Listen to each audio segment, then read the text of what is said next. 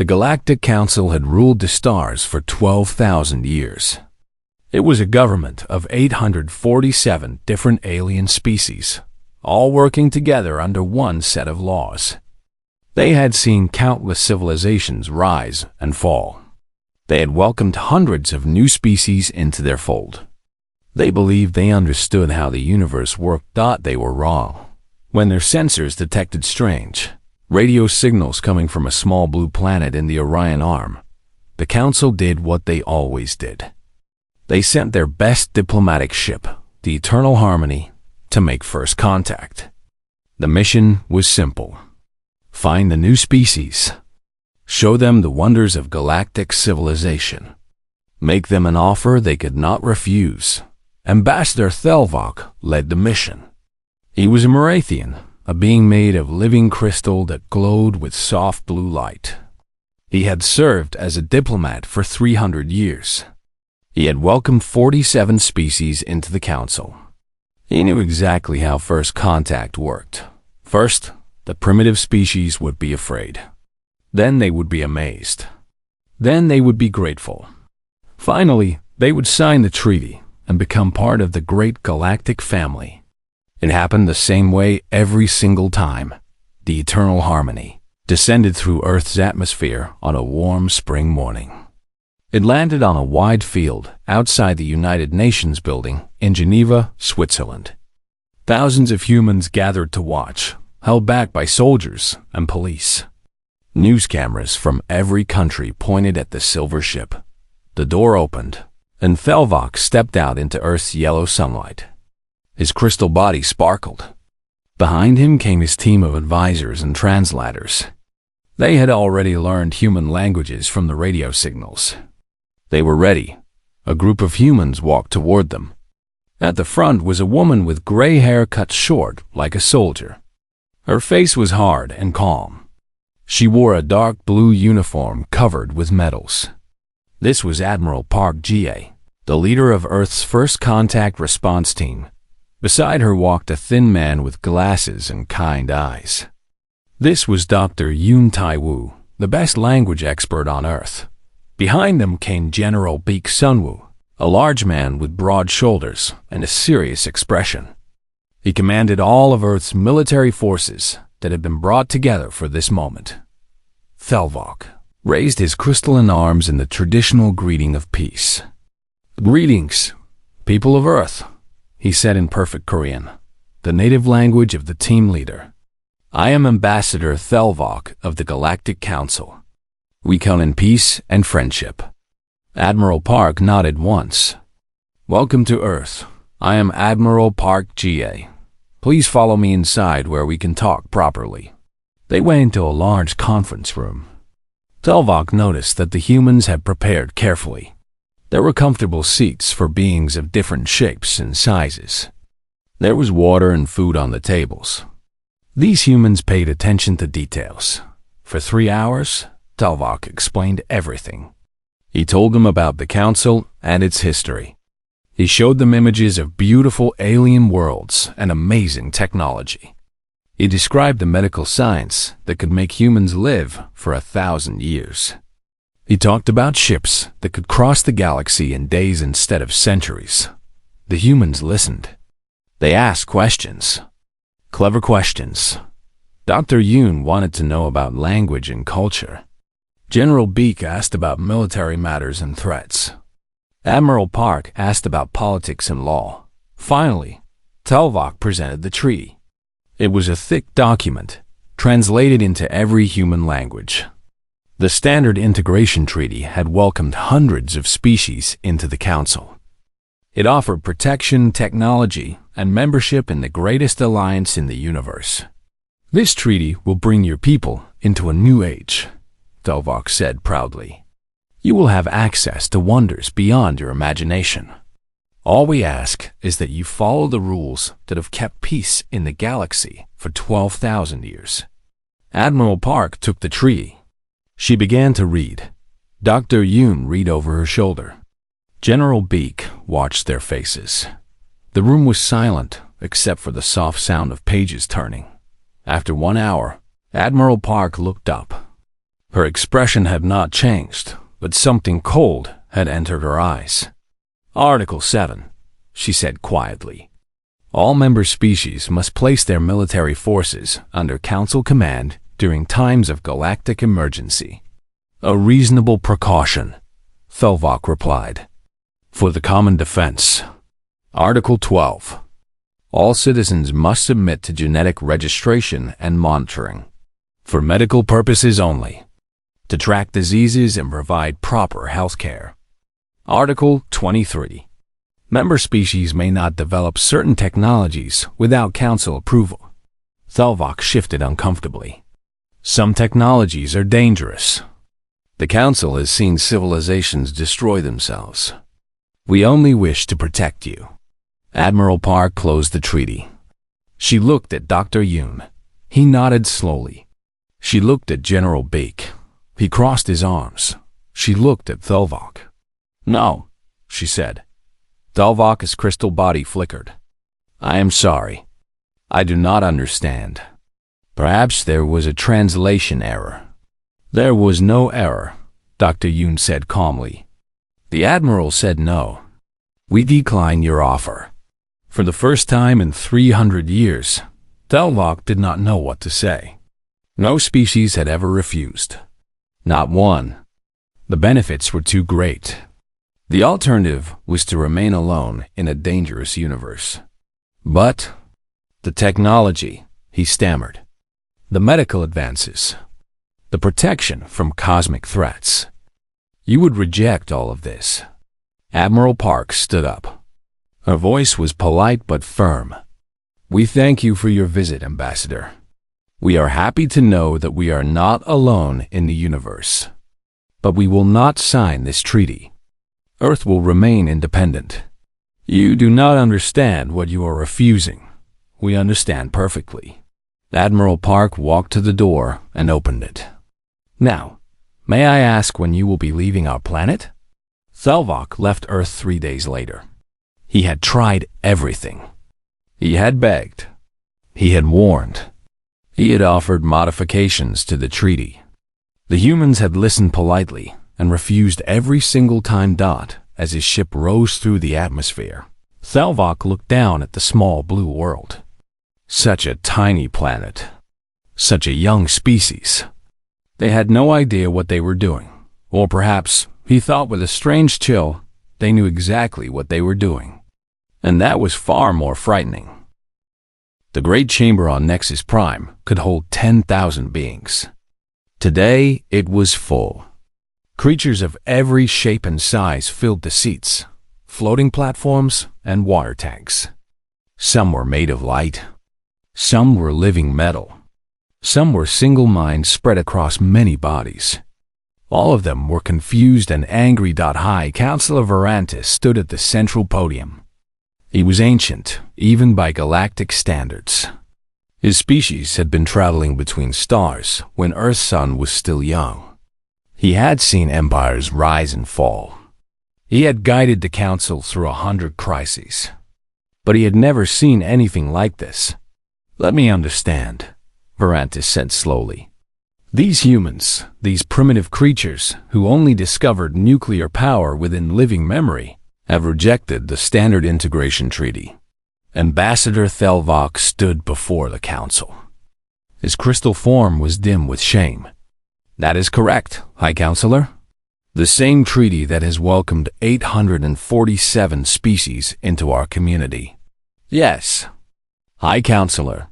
The same treaty that offers technology, medicine, and protection beyond anything they could develop for thousands of years. Yes, yes, High Counselor. Verantis leaned forward. And you are certain they understood the offer? They understood it perfectly. Thelvok's voice was heavy. Admiral Park identified every major clause in the treaty within 3 hours. She knew exactly what she was refusing. The chamber exploded with noise. Delegates shouted in 100 languages. Some laughed at the absurdity. Others demanded explanations. A few simply stared in silence, trying to process information that did not fit their understanding of the universe. Ambassador Relmuth of the Syndicate Worlds raised his tentacles for attention. Perhaps they are simply stupid. Primitive minds cannot grasp complex situations. We should send a clearer message. They are not stupid, Thelvok replied sharply. Their scientists asked questions about our technology that surprised even our engineers. Their military commander analyzed our ship's weapon systems just by looking at them. Their linguistic expert learned our greeting protocols in minutes. Then they must be insane, suggested Counselor Veth, a being of pure energy. No rational species would refuse such an offer. They seemed perfectly rational to me. Calm, polite, absolutely certain of their decision. Varantis raised a hand for silence. The chamber slowly quieted. We will send another delegation. A larger one. We will bring gifts and show them wonders. We will modify the treaty to address their concerns. They are simply afraid. Once they understand that we mean them no harm, they will accept. The second delegation was the largest first contact mission in Council history. 7 different species sent their best diplomats. They brought gifts of technology and art. They carried a modified treaty with better terms than any species had ever received. The humans met them in the same building in Geneva. But this time, a new face led the human team. Her name was Kim Doha, and she had just become the Secretary General of the United Nations. She was young for such a powerful position, only 42 years old. But her eyes were sharp and her mind was sharper. The lead diplomat was a being called the Voice of Many, a creature of pure thought that had taken temporary physical form. It had resolved conflicts between species that had been at war for millennia. It spoke with perfect wisdom and infinite patience. Secretary General Kim, the voice said warmly, we've heard your concerns. We have modified our offer. Please review these new terms. Kim Doha took the new treaty. Beside her sat Dr. Yun Tai Wu, now serving as her chief advisor. On her other side was Dr. Han Mira, the Secretary of Defense, a woman with cold eyes and a sharp tongue. They read for 2 hours. The alien delegation waited in polite silence. Finally, Kim Doha looked up.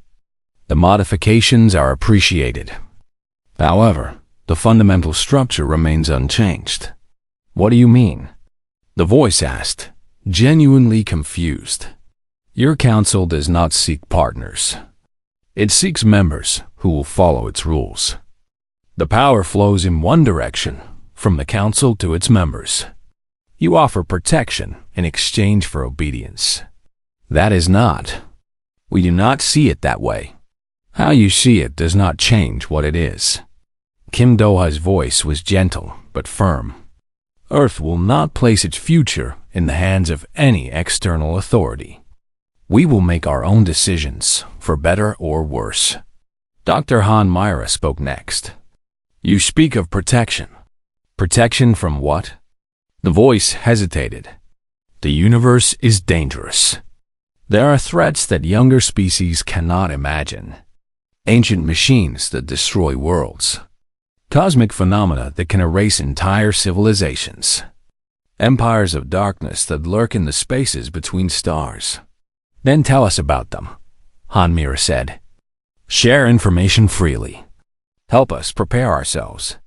We are happy to learn. But that is what we offer. Join the council and you will have access to all our knowledge. No, Han Mira shook her head. You offer knowledge in exchange for submission. We want partnership, equality, 2 civilizations working together, neither commanding the other. The voice flickered with frustration. That is not how the galaxy works. The council maintains order. Without central authority, there is chaos. Kim Doha smiled slightly. Humanity is quite familiar with chaos. We have lived with it for our entire history. We have survived ice ages and plagues and wars that kill millions. We are still here. We will take our chances with the universe. The diplomatic mission returned to Nexus Prime with nothing. The Council could not believe it. They had offered everything. They had shown patience and kindness. They had modified their sacred treaty, and still the humans had said no. Varantis sat alone in his chambers that night, staring at reports about Earth and its strange inhabitants. They were so small, so fragile, so young. They had only reached their own moon 60 years ago. They still fought wars among themselves over patches of dirt and differences in belief. And yet they had looked at the greatest civilization in the universe and said, simply and calmly, no thank you. What kind of species did that? Varantis was beginning to fear that he did not want to know the answer. 3 years passed. The Council waited for humanity to change its mind. They were certain it would happen. Every other species had eventually accepted reality. Isolation in a dangerous universe was terrifying. Sooner or later, the humans would beg to join. But the humans did not beg. They did something far more disturbing. They started building. Director Cho Yoonji was a quiet woman with messy hair and tired eyes. She led the Global Research Initiative, a secret project that united Earth's greatest scientists. Their mission was simple: study the alien technology from the first contact and figure out how it worked. The aliens had not given them much. A few medical devices, some communication equipment, a small sample of their ship's hull. But it was enough. Dr. Cho had a theory. Alien technology was not magic. It followed the same physical laws as everything else in the universe. The aliens had simply had more time to figure things out. Given enough effort, humans could catch up. She was right. In a hidden laboratory deep under the mountains of Korea, Dr. Cho's team made their first breakthrough. They figured out how the alien communication devices worked. Within 6 months, they had built their own version. Then they cracked the medical technology. Then the material science. Then, impossibly, the physics of faster-than-light travel. It should not be possible, Dr. Cho told Secretary General Kim during a secret meeting.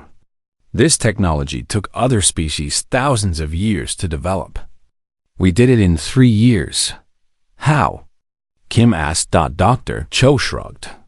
Human brains are strange. We see patterns where others see noise. We make connections that should not exist. We guess and we test and we fail and we try again.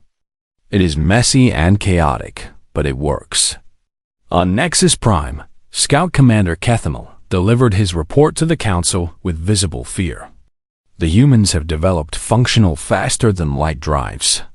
Primitive versions, but they work. The chamber fell silent.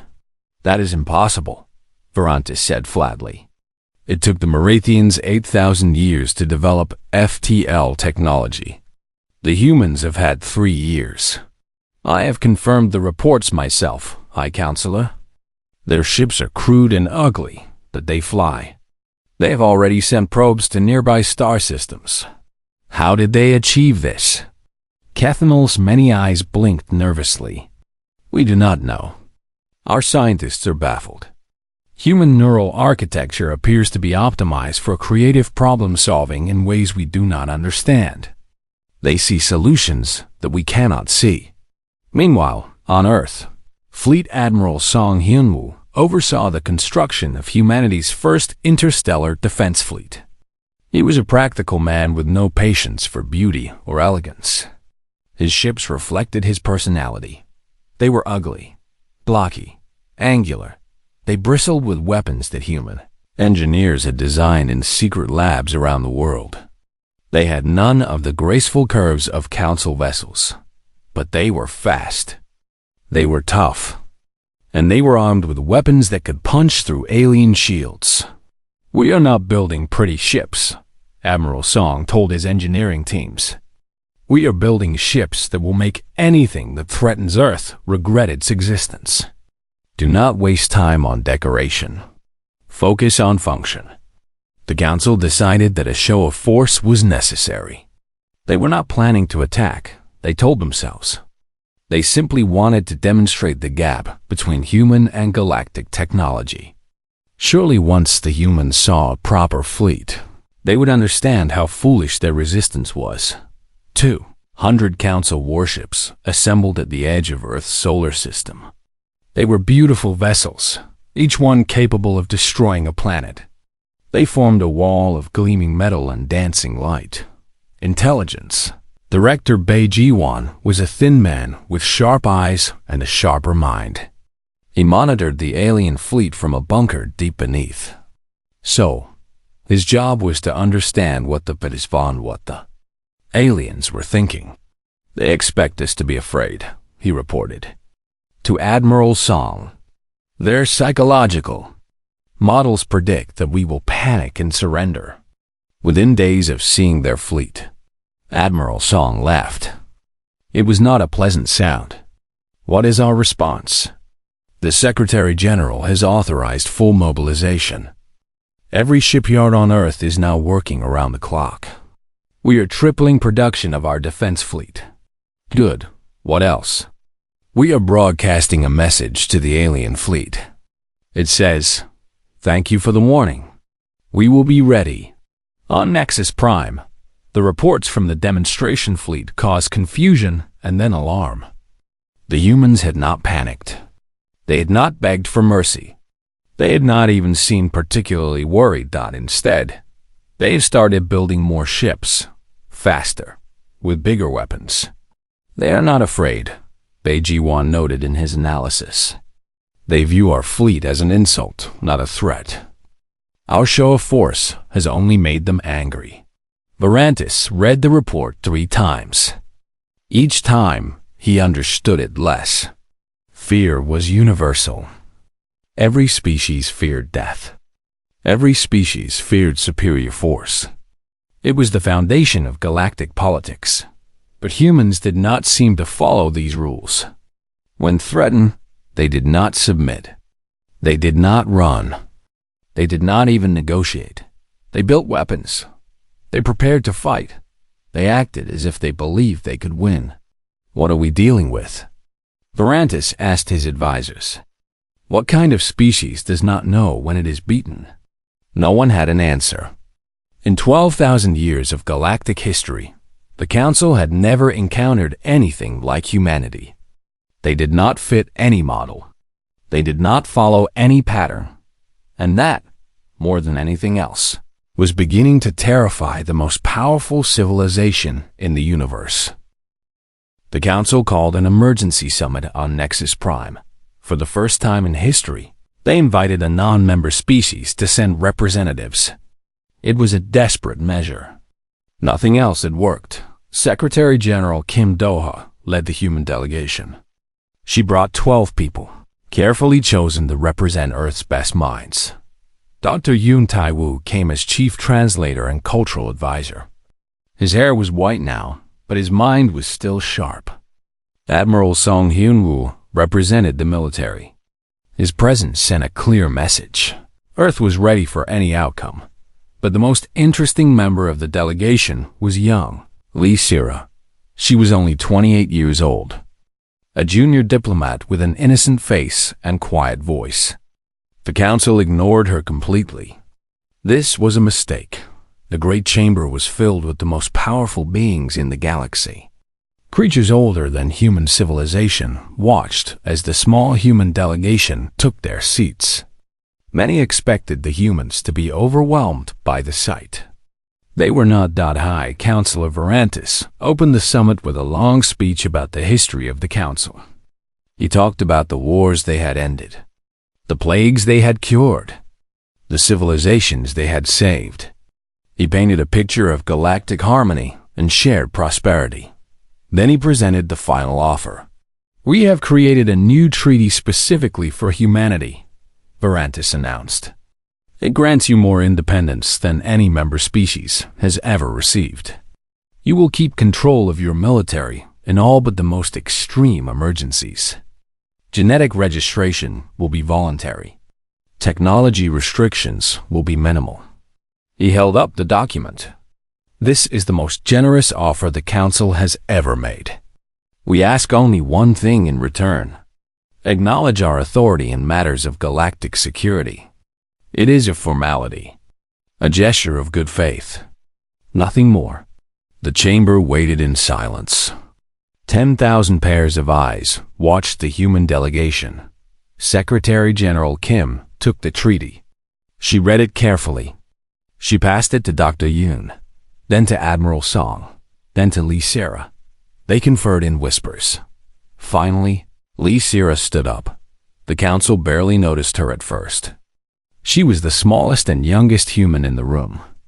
Surely she was just an assistant. Honored counselors, Lee Sarah said. Her voice was soft but clear. The treaty is unacceptable. The chamber erupted in chaos. Delegates screamed in 100 languages. Some demanded that Varantis order the humans arrested. Others called for immediate military action. A few simply sat in stunned silence. Varantis slammed his appendage against the podium. Silence. There will be order in this chamber. Slowly, the noise died down. Varantis turned to Lee Sarah with barely controlled anger. Young human, do you understand what you are saying? Do you grasp the consequences of your words? I understand perfectly, High Counselor. Then explain yourself. Why do you continue this madness? We have offered you everything. Everything. Lee Sarah smiled. It was a thin smile, without warmth or fear. That is exactly the problem, High Counselor. You still do not understand us. Then make me understand. I have lived for 6,000 years. I have studied thousands of species. I have seen patterns that your species cannot imagine. Explain to me why you are different. Lee Sarah looked around the chamber. She saw beings of incredible power and ancient wisdom. She saw creatures that could destroy Earth with a thought. And she was not afraid. You see our rejection as defiance, she said. You think we are being stubborn or foolish or proud. But that is not what this is. This is simply who we are. She paused. The chamber was completely silent. Humans do not surrender authority. We never have. Not to kings. Not to emperors. Not to gods. When someone tries to control us, we fight. When someone tells us what we cannot do, we do it anyway. It is in our blood. It is in our bones. It is the only way we know how to live. That is chaos, Varantis said. That is destruction. Perhaps. But it is also creation. Every great human achievement came from someone who refused to accept limits. Every step forward came from someone who was told it was impossible and did it anyway. We walked on our moon because someone refused to believe it could not be done. We split the atom because someone refused to accept the rules of physics as they were understood. Lee Sarah stepped forward. Her eyes met the High Counselor's. Every species in this chamber accepted your offer because they feared what lay beyond their world. They saw the darkness between the stars, and they ran to you for protection. That is reasonable. That is logical. That is sane. Her voice grew stronger. But humans are not reasonable. We are not logical. We are not sane. We look at the darkness, and we want to explore it. We see danger, and we want to challenge it. We would rather burn than bend. We would rather die free than live as servants. She gestured at the treaty on the table. Your offer asks us to become something we are not. To accept limits that our nature cannot accept. To bend our will to external authority. This is why we will never accept it. Not because the terms are bad. Not because we do not trust you. But because accepting would mean destroying what makes us human. The chamber was silent for a long moment. Varantis stared at the young woman, who had just shaken the foundations of galactic civilization. She was so small, so fragile. One command and she would cease to exist. But he saw something in her eyes that made him hesitate. It was not hatred or defiance. It was certainty. complete and absolute certainty that she believed every word she had said. And somehow, that was the most terrifying thing of all. "Then we have nothing more to discuss," Varantis said quietly. "On the contrary," Lysira replied, "we have everything to discuss. Just not this treaty. If you want to talk about partnership, about cooperation, about two civilizations working together as equals, then we are ready to listen. But submission? Never." The human delegation left Nexus Prime that day without signing anything. The council was left in chaos, arguing among themselves about what to do next. And across the galaxy, other species began to whisper. The humans had done the impossible. They had said no to the council and walked away. Maybe some began to think, we could do that too. The council had ruled the galaxy for 12,000 years. In all that time, no force had seriously threatened its authority. Wars had been fought and won. Rebellions had been crushed. Rivals had been absorbed or destroyed. But words, it turned out, were more dangerous than weapons. After the humans left Nexus Prime, the council tried to continue as normal. They passed resolutions condemning human stubbornness. They discussed sanctions and blockades. They talked about teaching these primitive creatures a lesson they would never forget. But something had changed. The younger species, those who had joined the council in recent millennia, began asking questions that had never been asked before. "Why do we need permission to develop our own technology?" asked the representative of the Kelthan worlds. "Why must we surrender our military to council command?" demanded the spokesperson for the Rithian collective. The humans refused, and they still exist. Perhaps the council is not as powerful as it claims. Varantis watched his life's work crumble. The council had been built on two foundations: the promise of benefits and the fear of consequences. The humans had rejected the benefits. And by surviving that rejection, they had proven that the consequences might be hollow. The whispers turned into demands. 3 species formally requested to renegotiate their treaties. Then 5, then 12. The council faced something it had never experienced, a crisis of confidence. Varantis knew he had to act. But what could he do? The humans had not broken any law. They had simply said no. And that simple word was tearing his civilization apart. In his private moments, Varantis found himself respecting the humans. They had done with words what no army could have done with weapons.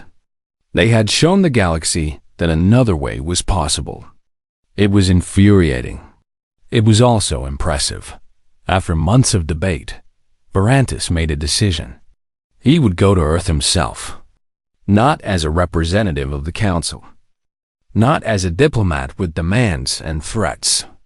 He would go as an individual, seeking understanding. His advisors thought he had lost his mind. Perhaps he had. Secretary General Kim Doha met him in her private office in Geneva.